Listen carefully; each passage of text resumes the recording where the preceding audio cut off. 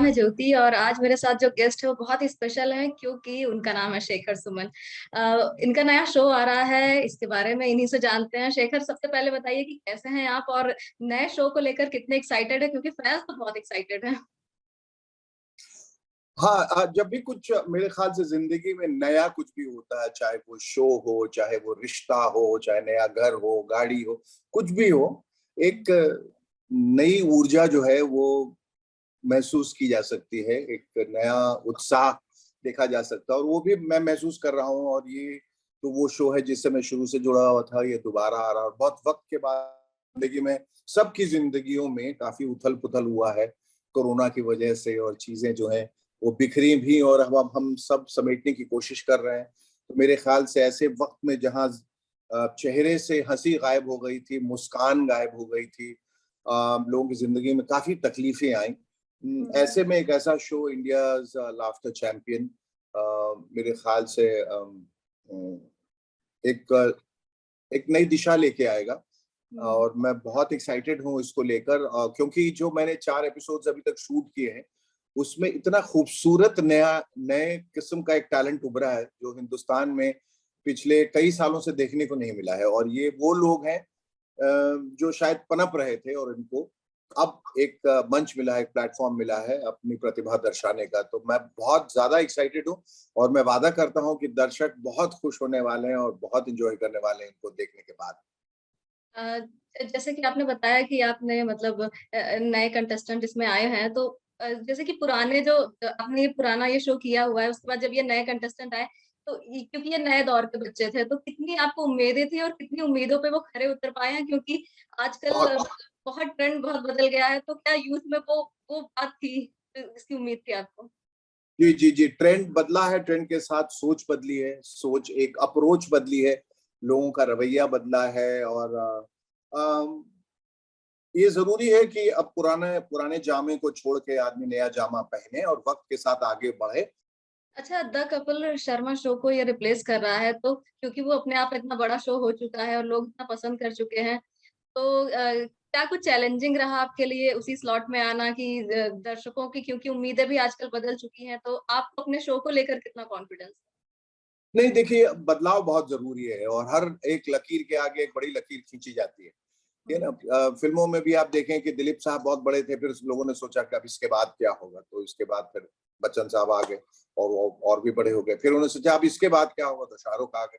वो एक जमाने का दस्तूर है कि ऐसा कुछ नहीं है कि कोई चीज बड़ा है तो वो वैसा ही रहेगा, उससे बेहतर चीजें हमेशा आ जाती हैं। तो एक हाँ, ये जिम्मेदारी रहती है कि आप किसी एक जगह आ रहे हैं जहाँ कुछ सफल चल रहा था, पर मैं आपको वादा करता हूँ कि ये उससे कहीं ज्यादा बेहतर और बड़ा होगा।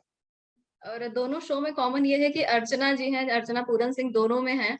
तो आपके साथ जो है उनकी बॉन्डिंग कैसी रही? और क्योंकि पहले भी आप उनके साथ काम कर चुके हैं, वो फिल्में भी कर चुके हैं, तो अभी जो क्या कुछ उनके लिए क्या कितना नया है इस शो में, और उनके साथ आपका एक्सपीरियंस इतने सालों बाद काम करने का कैसा रहा? नहीं, अच्छा रहा है। अर्चना एक बहुत ही कांस्टेंट फैक्टर, और वो ये कि वो हमेशा मुस्कुराती रहती है और हंसती रहती हैं, शो चाहे कुछ भी हो, अर्चना नहीं बदलती। अर्चना हमेशा वैसे ही रहती हैं। तो मेरा भी उनके साथ रिश्ता, मैंने हमेशा कहा कि अर्चना जिस कुर्सी पे बैठ गई हैं वहां से वो हटती नहीं है।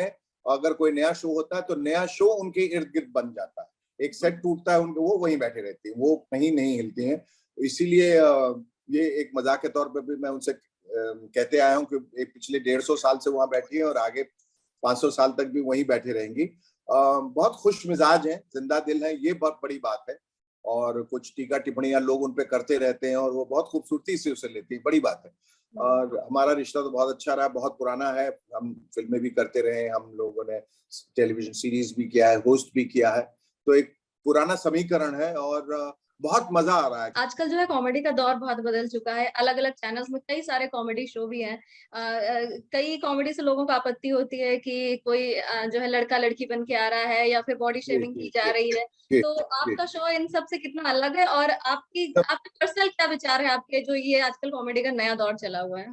देखिए, ऐसा है कि हर चीज मर्यादा में रह के करने की सख्त जरूरत है।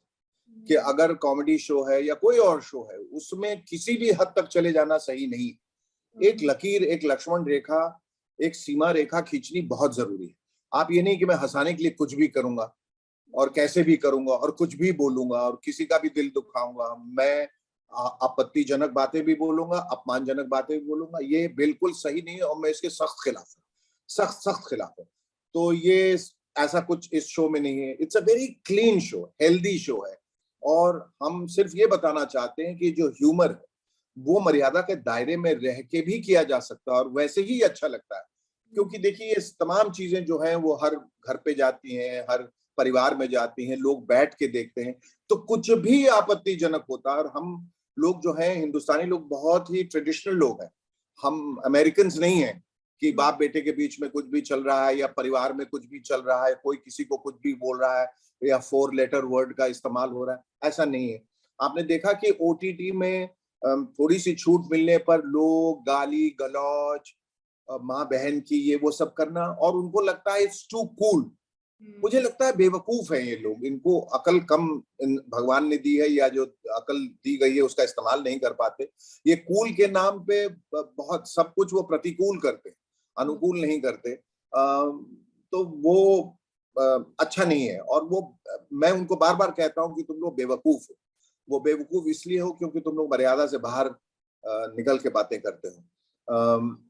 टेलीविजन पे भी जिस किस्म की कॉमेडी आती रही है वो अच्छी नहीं, वो अच्छी मतलब एक जैसे सारा भाई वर्सेस सारा भाई आता था या देख भाई देख आता था, जिसका मैं भी हिस्सा था, और बहुत तमाम से तमाम यही है जिंदगी, ये जो है जिंदगी वगैरह तमाम बड़े खूबसूरत सीरीज आए जिसमें लोग बहुत हंसे, लेकिन वो बहुत पारिवारिक था, लोग बैठ के देख सकते थे। तो इसमें ऐसा कुछ भी नहीं होने वाला है। और जहां कहीं भी किसी कंटेस्टेंट ने भी अगर थोड़ी भी आपत्तिजनक बात बताई है तो हमने उस पर उंगली उठाई, हमने कहा कि ये इस शो में अलाउड नहीं है और आपने जो कहा है वो पूरी तरह से एडिट हो जाएगा और आप शो से बाहर भी हो जाएंगे। तो इसका ख्याल हमें रखना है, हमें अपना ही सेंसर बनना है, वो बहुत जरूरी है। Okay, thank you Shekhar ji, हमसे बात करने के लिए बहुत अच्छा लगा और उम्मीद करते हैं कि आपके इस शो से हमें नए नए जो है कॉमेडी का जो है दौर देखने को मिले। थैंक यू सो मच हमसे बात करने के लिए। Thank you Jyoti, thank you so much. Thank you.